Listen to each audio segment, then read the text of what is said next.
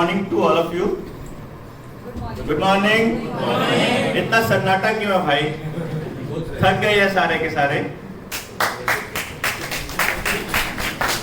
ये जो लड़ाई शुरू करी है ना, ये कोई पेंडेमिक 5G और इस तरह की चीजों से लड़ने के लिए नहीं शुरू करी थी।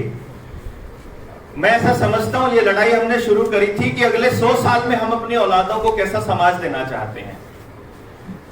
सिर्फ एक ये रास्ता है जो मास को हमसे जोड़ सकता है, नहीं तो क्या होगा कि एक मुद्दे पर लोग साथ आ जाएंगे, दूसरे मुद्दे पर नहीं आएंगे।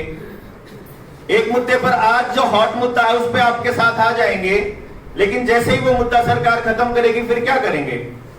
जैसे मैं बताया था, मैंने कल भी आपको बताया, परसों भी, कि हमने कहा कि हम आपके रिस्ट्रिक्शंस नहीं मानते, और पूरे के पूरे समाज में जैसे ही विरोध शुरू हुआ, हमारी सरकार ने, हरियाणा की सरकार ने कह दिया ठीक है हम कोई रिस्ट्रिक्शन ही नहीं रखते, अब तुम चुप बैठो।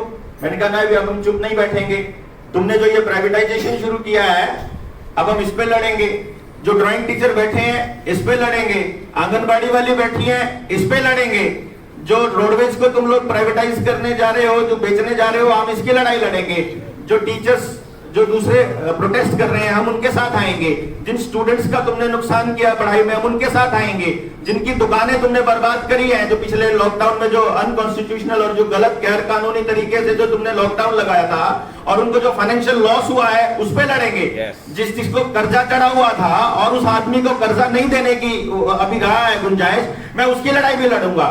जिसके घर में किसी को साइड इफेक्ट हो गया है उसके साइड इफेक्ट के कंपनसेशन की लड़ाई पे लड़ेंगे। तो we will fight for each and every person in the society, और उसके बाद हम लोग ऐसे बंद नहीं करेंगे। अब उनको समझ में नहीं आ रहा है कि ये कौन लोग हैं, तो वो कहते हैं कि यार जैसे इन्वेस्टिगेशंस होती हैं कि ये कौन है, क्या ग्रुप है इनका, इनके ग्रुप का नाम क्या है, कि वी हैव नो ग्रुप। हमने लड़ाई लड़नी शुरू करी, एक संगठन बनाया कि जनता सरकार मोर्चा बना देते हैं with no any person member in it.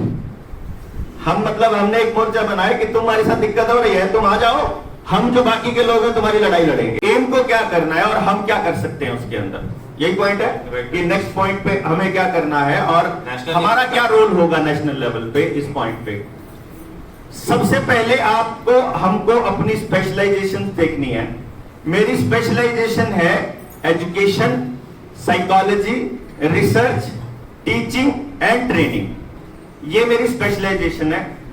आप इस मुद्दे पर या किसी भी मुद्दे पर हमको कौन कौन टाइप पे लोग चाहिए, जैसे आईटी पे काम करने वाले लोग चाहिए, हमें बोलने वाले लोग भी चाहिए।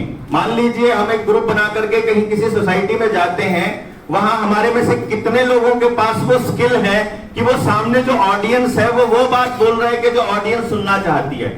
क्योंकि मुझे ये लगता है कि जब हम मास को अपने साथ जोड़ने जाएंगे या जब हम जोड़ने चलेंगे तो उस वक्त हम कितने इंटेलिजेंट हैं या हमें कितना ज्ञान है या हम कितने बड़े ऑर्गेनाइजेशन हैं, इससे बहुत कम लोगों को फर्क पड़ता है।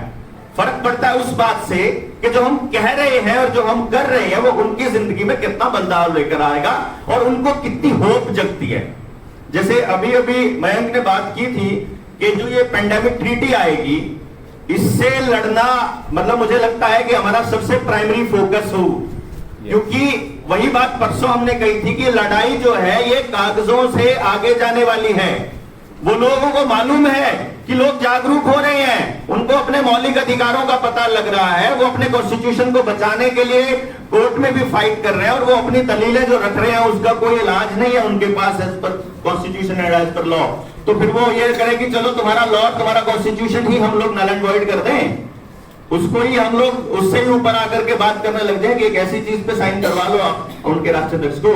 तो मतलब जो पहला जो स्टेप है वो मुझे लगता है कि मास के पास जाकर के उनको अपने साथ जोड़ना रहेगा।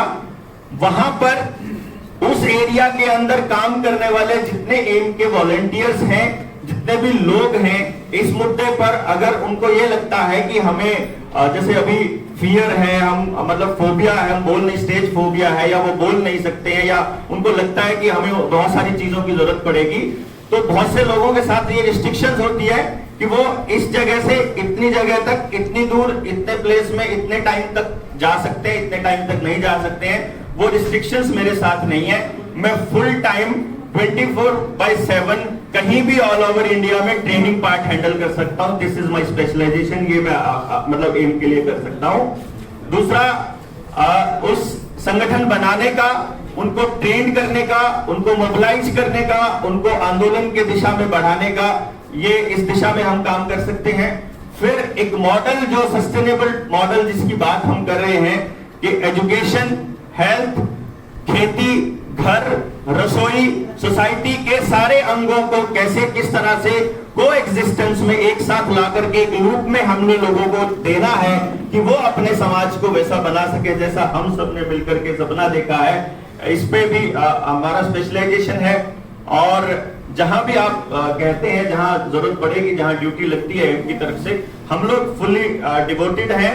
हम आपके साथ हैं, हम आपके बीच हैं, साहिल है, हम लोग जितना ग्रुप हमारा पूरा हरियाणा का, जब कल को हम दिल्ली में उनकी गर्दन पर पैर रखने चलेंगे तो आपको यकीन ये दिलाते हैं कि इतना ही पूरे भारत से होगा और उससे डबल आदमी हरियाणा से होगा, इसकी गारंटी होगी।